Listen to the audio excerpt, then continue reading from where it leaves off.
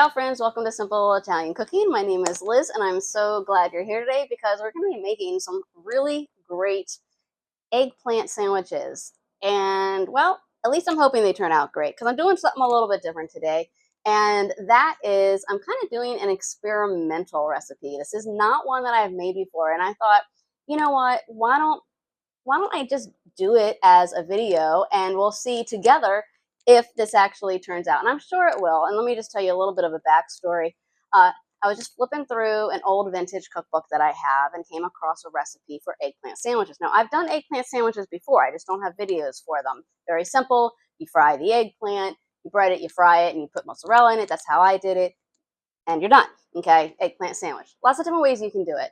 I want to try what they're doing, but I want to use a few different ingredients and kind of modernize it a little bit to what I have on hand. And so this is a new recipe, and I'm really hoping it turns out, and we're going to do it together. So the first thing you need to do is grab an eggplant. Now, I'm not doing a whole bunch of eggplant. I'm just using this one that we have in the fridge, and we want to cut them into about 1/4 inch widths. Okay. And this particular one, you'll notice I am not salting it. The reason why I'm not salting it is because it doesn't need it. It doesn't have a lot of seeds in it, and it's a young eggplant, so I'm not worried about that. You're not going to get that bitter taste. And whether you're keeping them at 1/4 inch or 3/8 of an inch or whatever it may be, the main goal is to try and get them consistent. The same width across. But you don't want to go too thick, okay? Because we're going to be baking these. We're not going to do any frying, which is really great. So we got our eggplant. So the next step that we're going to do is we are going to form the sandwiches. Then we're going to bread the entire sandwich together. So what goes into the sandwich? Well, this is where flexibility really comes into play, and you can get as creative as you want. I'm keeping mine pretty simple. I'm just going to do an eggplant and cheese. I'm going to do some ricotta cheese that I have. I'm going to do a thin layer of that. But I also thought, you know what, I'm going to do some mozzarella because that's what I've done in the past, and I know I really like that. But the goal here is not to overload the sandwich. Okay, we don't want it to be a huge cheesy mess. We want it to be, the focus to be on the eggplant with a nice hint of the cheese that's in between the sandwich, okay, in between the layers. And then we're going to have the nice, crunchy, crispy outside. So let's go ahead and get started on that. So I'm just going to take the ricotta here and give it a stir. And always try to find a good quality brand. The one I'm using for this one, it's okay. It's all they had at the store, so I bought it. I forget the name of the brand I actually really like. So, all right, so I'm just going to start with a little bit. I don't have exact measurements because we're just kind of going through this together, trying it out. But I would say that this is probably about a 1/2 cup. Okay. And of course, depending on how much eggplant you have, the measurements are going to change. So you need to just adjust accordingly. So I'm going to pair up some of the even sizes. And you notice I'm not even putting any olive oil on this yet. No garlic. And just doing a thin layer of the ricotta. Set that aside. All right, so I want to make sure that I have enough for the mozzarella one because I really like mozzarella with my eggplant. So I didn't have a fresh ball of mozzarella. Now you can use the kind that comes shredded in a bag if that's all you have. I wouldn't recommend doing that one because I don't think you're going to get the same texture and consistency. So I would really recommend getting some fresh mozzarella. Now, I used up my last large mozzarella ball, which would have been really nice to grate on here. So I have these little tiny balls, and that's fine. I'm just going to use that and squeeze it through the... Doesn't have to be perfect. And the reason why you might be wondering, why am I not just slicing the balls and putting the balls in there? Because I really don't want this to be a mozzarella oozing mess. Okay, I just want enough to have some shredded stuff in there. In fact, you can even mix the ricotta with the mozzarella. And have that on the inside. Now, don't forget, in the breading that we're going to be using, there's going to be some cheese in that as well. So, all right. This is exactly what I wanted. And we're just going to top it there. This is like oxidizing really fast, probably because it had been in the fridge probably a few days too long, but overall, still good. And we have this one. I'll just do a breading on that one. If you have any pieces, don't waste it. Just we'll just bread it like the others and just cook it, and have some. You'll just have some that are just regular breaded and baked eggplant slices. All right. So the next step we're going to do is we're actually going to bread the slices, and this is the step that I haven't done before with other recipes. I always do the slices and then put it together, but I've never actually breaded the entire sandwich, the eggplant sandwich. I'm really looking forward to this part and seeing how it turns out. I'm going to just start with 1 egg. I have 2 eggs just in case. I need more. And the basic premise is that we're going to do the egg, dip it in the beaten egg, and then into the breadcrumb mixture. Now the breadcrumb mixture, I make my own. But you can use Italian seasoning from the store if you want. That's totally fine.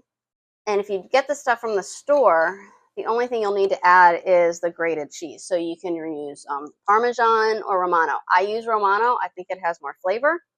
But I think the Parmesan would probably work okay as well. I know we have some die-hard Parmesan fans out there. I mean, really, if it's a good quality one, you should be okay. So I'm going to do about a spoonful. And then I'm going to add in a little bit of the parsley, probably about maybe a tablespoon or so, maybe 1 or 2 tablespoons. I think I'm just going to add a little bit more of the Romano cheese. So you kind of want to have the breadcrumbs similar in quantity and measurement to the cheese, is what I find, unless you have a really potent cheese. So that's why I cut it back just a little bit. So we're going to go ahead and mix this up. And the other thing I'm going to add in here is some cracked black pepper. And I'm not bothering to add any additional salt because we're already going to get enough of that from the cheese that's in here, from the Romano, and from the sandwiches. Feel free to add your own if you really want to. I'm just going to beat the egg. Now you'll notice I'm not using any flour. A lot of times I go from the egg, I go to the flour, to the egg, to the breadcrumbs, but I'm not doing it this time. This particular old recipe omitted the flour, which I thought was really interesting. So I thought, well, you know what, I'm going to try it and see. If it doesn't work for the first few, I'm going to revert to the way that I normally do it. But you know what, I'm always wanting to experiment, try something new. So I figured, why not do it in a video with you all? We don't even grease the pan. We're going to do the olive oil at the end, don't worry. And we'll see if we need to adjust the measurements. Hoping that'll be enough. I think I'm going to need more breadcrumb mixture. Let's see what happens here. Okay, so we put it in the egg. So far, so good. Remember, you got to get the sides. Okay, I'm going to take off any extra. And pat it. So far, so good. Get that breading on the sides. I'm going to pat it down. And here we go. Here's our first one. I'm going to put that in the tray. And I'm going to proceed and do the rest just the same. And if you have to add more egg, just go ahead and do that. Okay?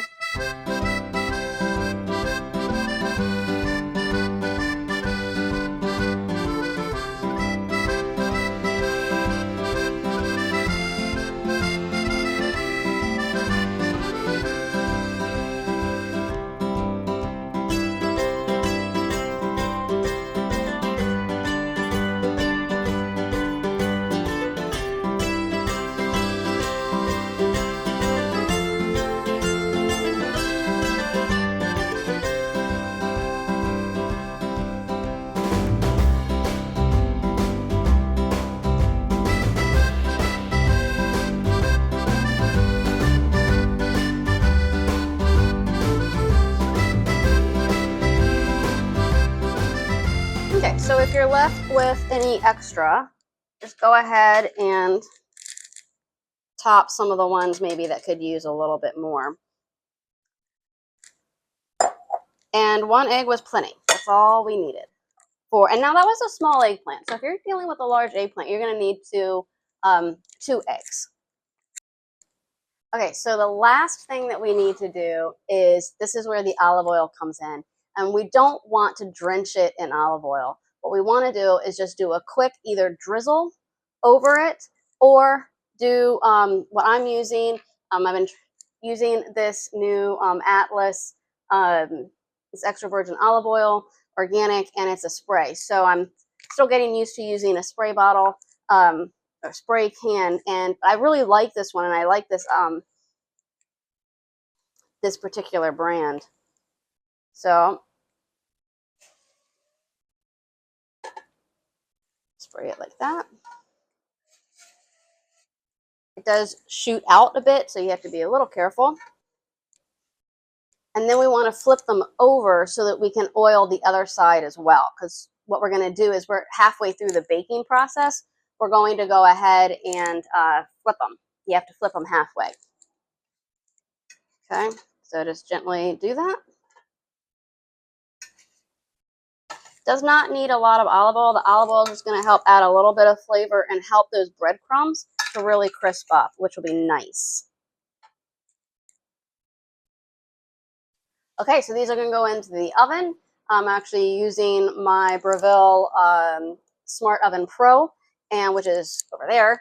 And I'm going to go ahead and put them in at 375, and we're going to do it for about 35 minutes. But remember, we're going to flip them halfway through. So we'll see you in a bit. And just a quick reminder that if you like Italian recipes that taste really good and are easy, please make sure to like and subscribe to the channel.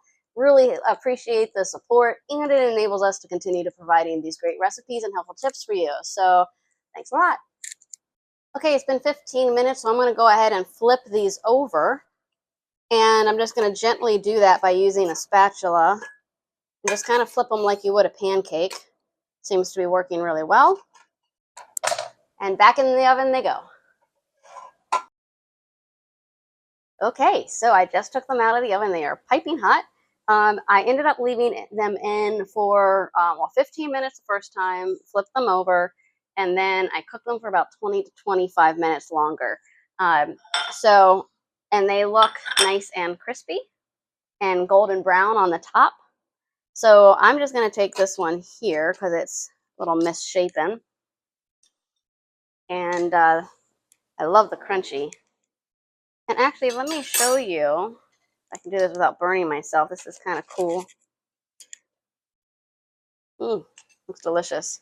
So you can see here how I still have some of the breadcrumbs on the side. So that's why it's so important to have as much, to make sure there's egg on the side so the breadcrumbs will stick to it. And you can see the cheese was beginning to crisp up there.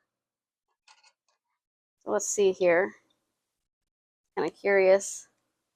Here's what the inside looks like, in case you're curious. That looks really good. Now, I know you can break these up and you can cut them in quarters or halves and serve them at parties. Mmm. Mmm. Mm-hmm. Oh, yeah. Very tasty. I like that. I like these a lot. You can really, really taste it. Nice and crunchy. This is a winner. So since this is a winner, I'm going to put this on my website, and I'm going to put the full link below so you can get the full recipe if you want to make these at home. And yeah, these are delicious. And even the ones that didn't have, that were not a sandwich. Remember, I had those leftover pieces. Let's see how these taste.